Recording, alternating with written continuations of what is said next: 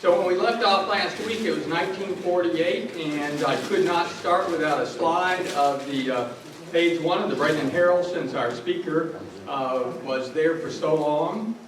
The next slide I'm going to show you is, this is the Manti Avenue looking west as you were driving in 1948. And this is, did you know there was a Piggly Wiggly grocery store downtown Bradenton next to Jack Hawkins' office? Actually, Jack, this is a little before Jack's time, but it's next to the professional building there. We're going to have another slide of downtown Bradenton in 1948. This is a photo of looking north on 10th Street, and what you'll see in the background there is the Manti River Hotel. And at that time, how many of you knew that 10th Street was actually the road that connected to Green Bridge at that time? We can go to the next photo. This is a photo of William Allen Day, our president, in 1948. And on January 7th, 1948, the club held its ladies' night and an installation dinner at the Bradenton Country Club. And Harold Martin, Florida Governor of Kiwanis, gave the keynote speech and also swore in Bill Day as the 1948 president, along with other officers and directors. Now, when he became president of the club, he was a successful citrus grower and businessman in Manti County. He was born in Ohio in 1911, and his father was a banker and a legislator in Ohio before they moved in 1912 to Bradenton, where his father went in as a banker with the Manti River Bank. Bill graduated from Manti High School, Manti County High School in 1928, and then he went on to graduate with a bachelor's degree from Duke University and from a master's degree from Columbia University. And after graduation, he returned to Bradenton and became a manager of citrus groves and commercial property. And like his father, he joined the Bradenton Kiwanis Club and became involved in banking and serving as a director of Manatee National Bank, which you're going to hear a lot more about in the future because there were so many Kiwanis Club members who were directors at that bank. Now, besides being a devoted family man, he was extensively involved in the community. He was a trustee of the Manti County School Board one time. He was also a trustee at Manatee Junior College for some time. And he was an officer, a president, or director of many organizations for the youth. And after a successful career in the community, he died on February 13, 1982 at the young age of 70 years old. Now, next photo. There's Dr. Sugg again. Now, we've talked about Dr. Sugg in the past, and he served as president here, and we're going to talk about him a lot more in the future. He was involved in so many organizations around town. And on January 13, 1948, at the regular luncheon meeting, Dr. Sugg, representing at this time the Bradenton Chamber of Commerce, asked the club members to support and participate in a historical pageant that's called the Desoto Celebration, to be held the last week in March of 1948. Now, Dr. Sugg had started this event before the war, and as I stated, we're going to hear a lot more about that in the next 2 or 3 meetings about what Dr. Sugg did with the Desoto Celebration, but he brought it back and in 1948. Now, here's a picture of the Desoto Celebration at Conquistadors in 1948 on the Manatee River out by the Desoto National Park, where it is now. That's on the mouth of the river in the south bank, where the park is now, and I hope all of you have been there. Now, he was so persuasive to the club that club members they joined the celebration, and a lot of them volunteered, and they got involved in it. And we had at that time a Kiwanis contestant for the Desoto Queen, and you're going to see more about that in the future. And here's a picture of the 1948 DeSoto parade. And as you can see, it's in the daytime, and that's on 14th Street in 1948. Now, here's something fun. Who ever heard of Vox Pop? And what does it mean? Well, it means popular opinion from comments by the general public. But in 1948, the Vox Pop is the oldest quiz show on radio, which gives monetary prizes to contestants for answering questions about their lives and experiences. Now, the Bradenton Trailer Park, the Kiwanis Park, becomes even more well-known throughout the nation after the Vox Pop program begins broadcasting nationwide from the park on January 21st, 1948. Now, maybe we should bring that back for the 100th year anniversary. Yes. Have our own Vox Pop. Next slide. In early 1948, the Manatee Players received its charter and began to make history. Several months earlier, several inspiring actors organized a community theater known as the Manatee Players. Their first performance, Hansel and Gretel, performed in the Bradenton Women's Club. Right here is what it looks like. And incidentally, that looked like what it was in 1922 when we were there. So, well, not us personally, but some of us were there. But when the Bradenton Kiwanis Club was there for a chicken dinner, when we were organized, and it looks about the same then as it did now, and in 1922 looks about the same. And it became so popular that the Manatee Players, that of course, has gone on to be our community theater. And I want to mention too that Dr. Sugg was so involved in that. You're going to hear more about Dr. Sugg with the Manatee Players in the future. Now here's the Garden Club. In the mid-1948, the club provides a building to the Manatee Garden Club located on the west side of Lewis Park. Now on October 5th, 1948, local attorney Robert Willis was elected as the 1949 president along with Dr. Willett Wenzel and Vice President Wilbur Smith. And by the end of 1948, they had a good year inducting new members, including 2 local veterans, Fred Cushmer Jr. and Caius, who a lot of us know, is Kay Rowlett. So next week we'll go on to talk about 1949, which was a significant year in our history. Now let me go ahead and, if we could, this is a photo of our speaker, David Klement, in 1976 when he came to Bradenton.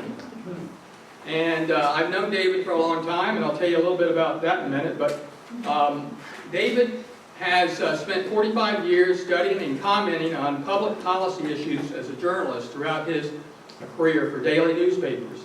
He served 30 years as an editorial page editor of the Bradenton Herald, after stints at the Daily Oklahoman, Chicago Sun-Times, and the Detroit Free Press, where he shared a Pulitzer Prize with the news staff of the coverage of the 1967 Detroit riot.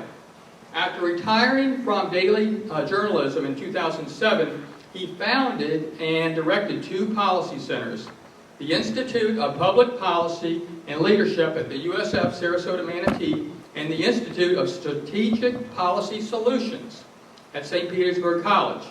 He had a brief career at the Florida Public Service Commission, during which he helped decide the largest utility rate case in Florida history. He lives in East Manatee with his wife of 43 years, Joanne. And I met David when I wrote a letter to the editor, and so he invited me to come talk to him about it, and that's probably 40 years ago, David. So, welcome my good friend, David Klement.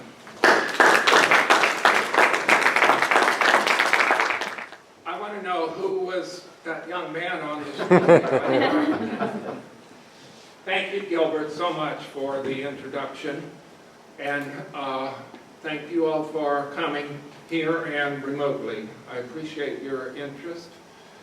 It has been almost 14 years since I last spoke to this group. That was in the fall of 2007, upon my retirement from the Bradenton Herald. It was in the old Kiwanis Hall on 14th Street, and I must say, you all have come a long way since then, now meeting in this beautiful Performing Arts Center. I see 1 or 2 familiar faces in the crowd, Lemoyne and a few others, Karen. But there are a lot of people here, and I'm sure on Zoom, who I don't know. You're probably the sons and daughters of the people I used to know at Kiwanis. In fact, just last week's speaker, Mayor Brown, I remember him when he was a little kid running around the bayou, across the bayou from where we lived. So trust me, it still is a small town, Bradenton. Like Kiwanis, I've also come a long way in 14 years, as Gilbert's introduction might have indicated. In fact, I've had something that few people of my age are privileged to have, a second career, and then a third, and a fourth. In those 14 years, I went from, what's a think tank, to creating two from scratch. In the process, learning how to be a skilled moderator, to recruit speaker talent, and stage high-level policy discussions for over 20 events a year, and by the way, make 4 of those a 3-course dinner for $25 a person. I did that for 7 years.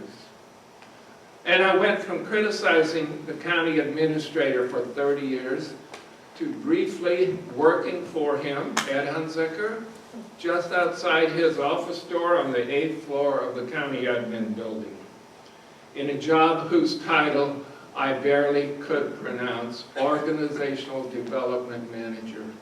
And now I are one. And strangely enough, I sat on the state's Public Utility Regulatory Authority, to decide $1.8 billion worth of rate cases, knowing little about utility regulation. Why did I think I could do all that? Crazy? No, because I was a journalist. I was trained as a journalist in the old school way of training journalists. Our job required us to go right up to people in high places, even sometimes into the Oval Office, and ask them pointed questions. We knocked on people's doors and asked them to tell us their personal stories, sometimes in times of great grief and shock. We found up a dozen sources to verify one fact. We dived into public records to look for records indicating hanky-panky by public servants. We ran toward burning buildings and bloody crime scenes instead of away from them. We faced angry mobs and dirty cops, and were called vile names as a result. And each day, we put our names and reputations on the line with the reports of our reports of the news of the day. And I did one better. Every day I went to work presented a new challenge, an opportunity to learn about something new, and not just to know about it, but to understand it well enough to explain it to ordinary readers in terms that they could understand it in 850 words by 4:30 p.m. And hopefully I did that, hoping to persuade them to think about the topic I wrote about in the same way that I did, or at least to think about it. So that's the basis for the title of my book, Conscience of the Community. Yes, perhaps in today's political climate, that sounds a little audacious. Perhaps it's not really, but it wasn't so audacious back then. In that era, people understood the difference between news and opinion, and journalists respected those differences, and we were, in turn, by and large, respected by the readers. And that's why I felt compelled to write this book. When I finally retired in July 2019, I wanted to recall that era and to relive some of the experiences from it. But I have to tell you, it isn't the book I started out to write. Originally, I had envisioned it as a memoir of my entire career, 45 years, getting into reprising some of the columns that I wrote over the years. But when I got done just writing about my life, my bio, before I got to Bradenton in '75, I realized I had 2 books, because the first draft, it took so long to get to the good stuff, which is the columns, almost 50 pages. I didn't, I had to write about growing up on the farm, where I had 2 brushes with death, as a journalist breaking into the business in Oklahoma City, in Chicago and Detroit, covering the riots of '67. That was all before I got to Bradenton. So I edited all that stuff down to 4 pages and got right to the personal stories, which is what most people say they like best about this book, the columns. The content I chose is a cross-section of my best personal journalism over 30 years as the opinion editor of the Herald. In part, it's a love letter to my adopted community, Bradenton. I write about how I came to Bradenton as a stranger and began working to fit into this community. I wasn't treated so warmly at first. In fact, people would turn their backs to me at cocktail parties and receptions sometimes because they didn't necessarily agree with the Herald's opinions. And they hated them, in fact, and they weren't shy about telling me so. But I like to think I earned their respect by doing my homework and research before publishing any opinion. Many people who were the subject of critical editorials would say, I didn't like what you wrote about me, but at least you phoned me up to get my side before you published. And that was my claim on integrity. And I also tried integrating myself into the community by, first I joined a church and took leadership roles and eventually became an elder. I coached my son's youth soccer league. I attended Chamber of Commerce meetings and got to know civic leaders on a first-name basis. I went to the Snooty Gala, in fact almost all of the galas, where the Herald had a table. And one of the stories in the book is about my first coming here in '75, attending the Chamber of Commerce's annual dinner. I didn't know anybody, and I didn't know which end was up. I ate my fried chicken dinner alone. And little by little, the folks warmed up to me, and as I say in the book, gradually I got to know a Blaylock from a McClure, a Georges from a Buster, a Taylor from a Hardy. And over time, I developed friendships with many of Bradenton civic leaders and even acquired a handful of mentors who met regularly with me. You may not know this. Probably they wanted to keep tabs on me, keep me in line. Among them were names that you will recognize. Mr. Dan Blaylock,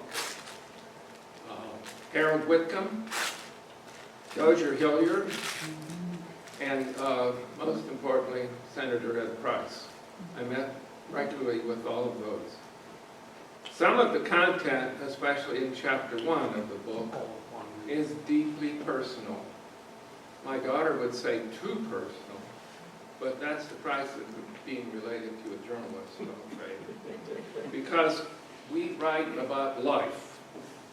I wrote about my life when I had an experience that I felt could resonate with others, to share my insights in hopes that my readers might learn something about their own similar experiences, if they might have them, or else to learn more about some of the issues that were going on in the world, in the news. Into that category, I would include my amateurish experiences of preparing for a hurricane evacuation. Hearing the sirens at 3 in the morning and the loudspeaker saying, "You must evacuate, you are in Zone A." Oh, duh, what do we do? Oh, the guy who's been writing endless editorials telling his readers to be prepared for a hurricane, guess what? He's not very well prepared. Or here's something not very lighthearted. I wrote about learning that my father had had a stroke and was probably dying. Or, here's another one, as a somewhat aging bachelor, meeting a beautiful young woman who completed his fantasy of a beautiful wife, 2 beautiful children, and a vine-covered cottage surrounded by a white picket fence. All that and much more is in this book, because these are life-altering events. What did they mean to me? I tried to share that meaning.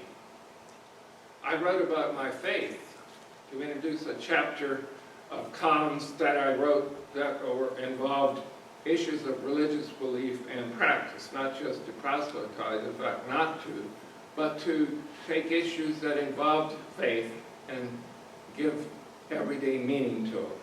So in doing so, I wrote candidly about my personal born-again experience. I wrote about going into the state prison at Avon Park over near,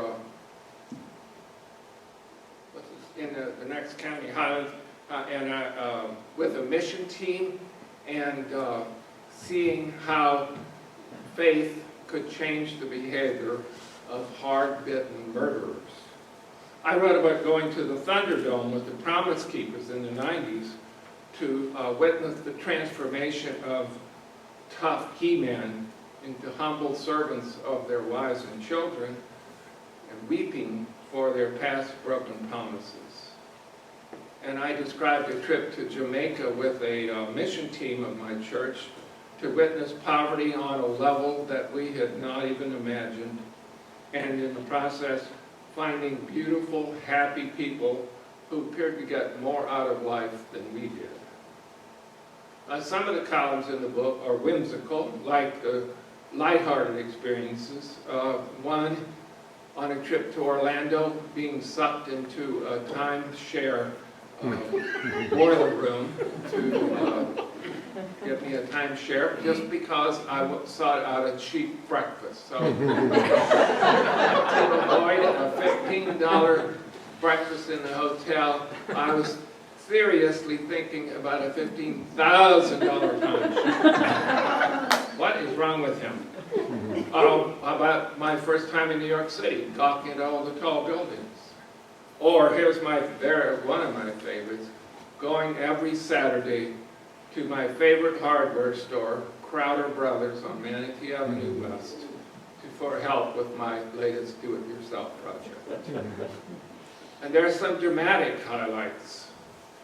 One, being at the White House on the day that 3 Mile Island nuclear plant in Pennsylvania almost melted down, with President Carter at the time.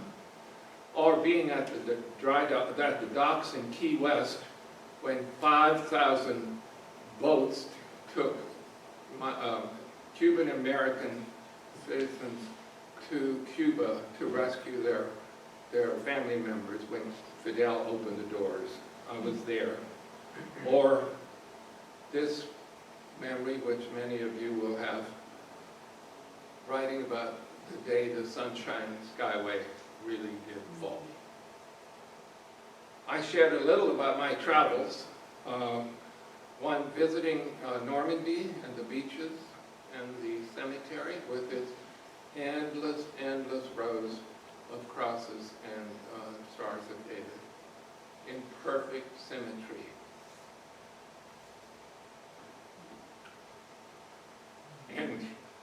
And thinking about what that meant. Sorry, it's still emotional.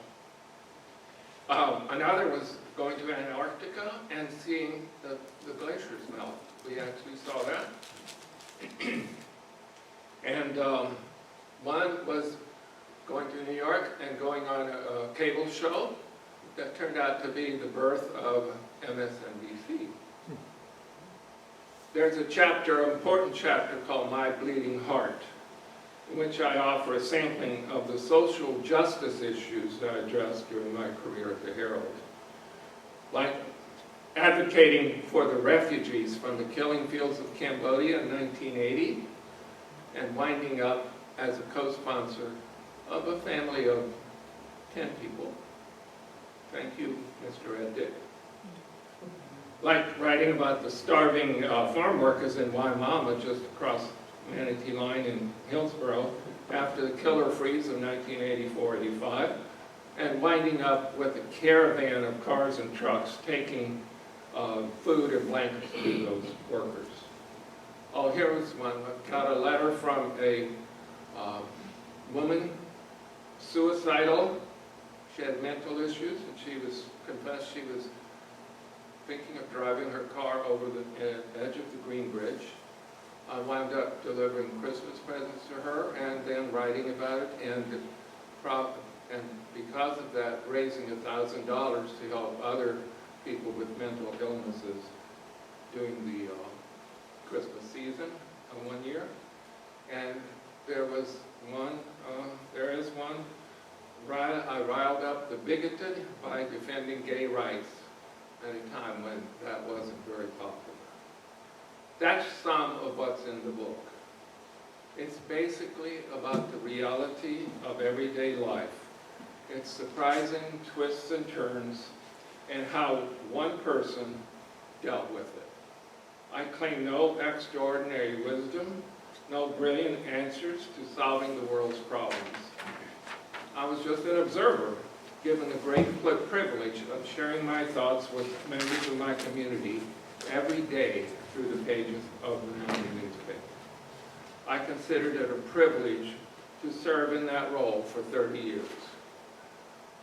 But all of this means that I still have to do that book about my full career as a journalist because, yeah, I had a few adventures before coming to Bradenton in 1975. And there are stories from here that I didn't have room for in this book. One of my favorites is remembering when we published our endorsements of candidates before elections, which many people didn't like, but we did it. And there was a county commissioner who had not done well, in our opinion, and did not get our recommendation for re-election. I got a call from his wife, very angry about the editorial, and I listened politely until she said, "And the paper owes me for a chiropractor's visit." "Really?" I said, "Why is that?" And she said, "Because when I read your editorial, it made me so mad that I threw it across the room, and in doing so, I threw my shoulder out of the short." Okay, true story. So is the one about, just picking random, talking to Ed Chance and about his troubles and asking him if he would be willing to swear on a Bible that he didn't take any bribes in the coffee shop at the Bradenton Herald. And, oh, by the way, I just happen to have this little miniature Bible in my briefcase. He did, and swore. Oh, and then one more. Being smeared by FPL, in my fourth career, being smeared by FPL's Dirty Tricks team because I dared join the PSC majority that denied them most of their $1.3 billion worth of rate increases. So yes, there's more, much more to come. The sequel is well underway. Hopefully you'll invite me back in a year or two, or maybe not. So, I'll be glad to answer any questions you may have. There are a few copies of the book left. The special rate today for Kiwanis is $10 cash or check, honor system, and if you want it signed, wait around until we're finished, and I'll be happy to do that, socially distanced. Or you can order it online for $13.95 and shipping by Amazon.com with the title Conscious of the Community. Thank you. Hold on, let me bring the mic over to you, Brad.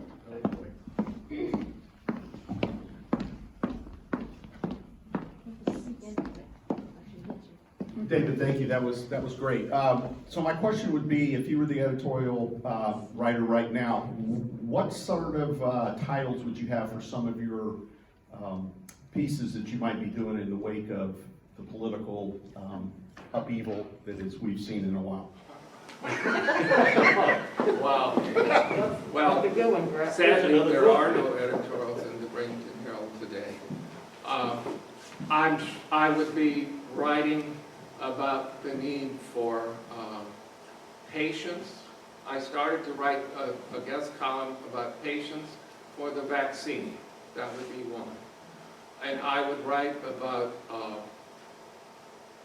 being open to listening to people with whom you disagree and asking questions about why they have their opinions to better understand that, even if you don't agree with it, but at least you would have heard them. They would know that you heard them, and that would be a start for getting back to the civil discourse and understanding.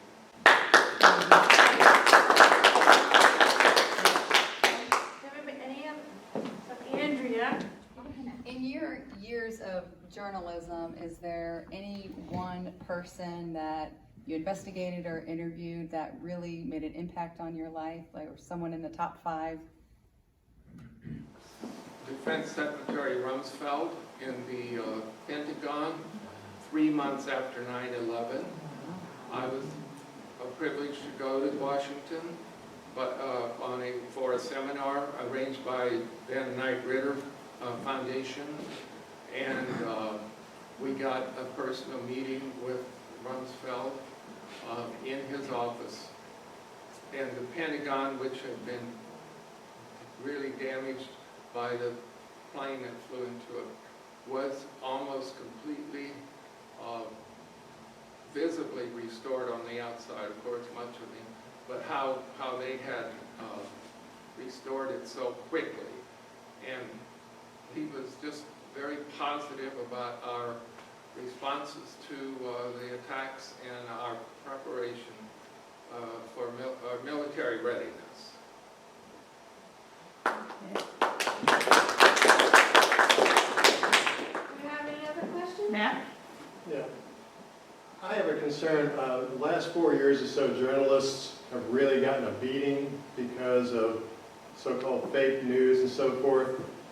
Do you feel that journalists are kind of at a disadvantage from where they used to be when you had like a 12 or 24-hour news cycle, and now you got to have something within 15 minutes before the guy with the iPhone catches it and sends it in before they get a chance to even get the facts about it? Oh, yes, it's just a different world from just in the 14 years since I retired, probably even 10, because the social media can just say and do anything they want, as you said, in a few minutes or even seconds. It's a different world. I was struck by that, how it's changed for journalists. When I was interviewed by Jim Jones of the Herald a few months ago, and I was struck by what he had to, first he had to ask me the questions, then he had to shoot pictures of me, stills, then he had to turn on the video and ask me more questions and record that. Just when all I ever had to do was have a notebook and a pen. There was a fleet of photographers and people behind me to process it all. He had to do it all, and that's the norm today, sadly. All right, do you have any other questions? Joanne, want to offer any comments? Joanne, have any comments? She's online. Oh, she's online. Oh, yeah. Oh, she's online. Oh, I thought she was here. Well, thank you very much. I have a golden ruler to measure your future success by. Thank you. You're very welcome.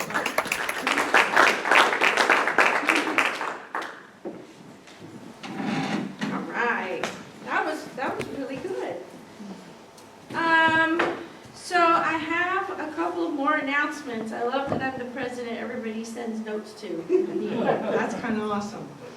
So the first one is I know Mary Foreman's in the audience. She's a new Kiwanis member, so a round of applause for her. And then we also have Powers, who's in the audience, and he's come before, so hopefully he's joining us. And then another announcement I would like to make is, I don't know if everybody knows this, but our own Mac had some pictures in the competition at the fair, and he won quite a few ribbons.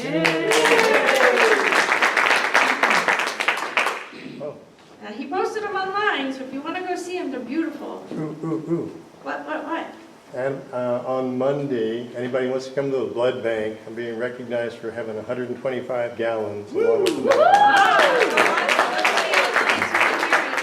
On Monday, Mac's going to go to the blood bank, and he's being recognized for 125 gallons? Wow. Anytime from 8 to 10, come and get some cake 8 to 10, and you can have cake. All right. All good and things. donate. And donate some blood, cake. Preferably before you eat the cake. I just got 79. Yay! So our next meeting will be on February 2nd.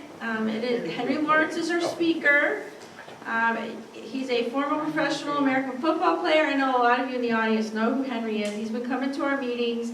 I'm not going to go through his bio, but I will say this. It's going to be a really good meeting next week.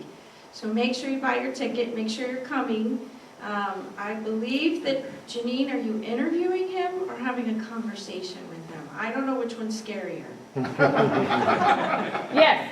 Oh, great. I also have it on good authority that the Bradenton Kiwanis is sponsoring a family film night in the lot across the street. And is it confirmed the shows Remember the Titans? So there'll be some information coming out on that, on volunteers, and Gilbert and Neil are probably going to dress up. We're not quite sure what as yet. And there's a pre-show that Henry will be singing. So that's going to be announced in the coming week, and make sure you get to go. It's going to be a lot of fun, and it's for the families, and we're going to encourage the kids to come out and watch it outside. So watch your email and watch the newsletter.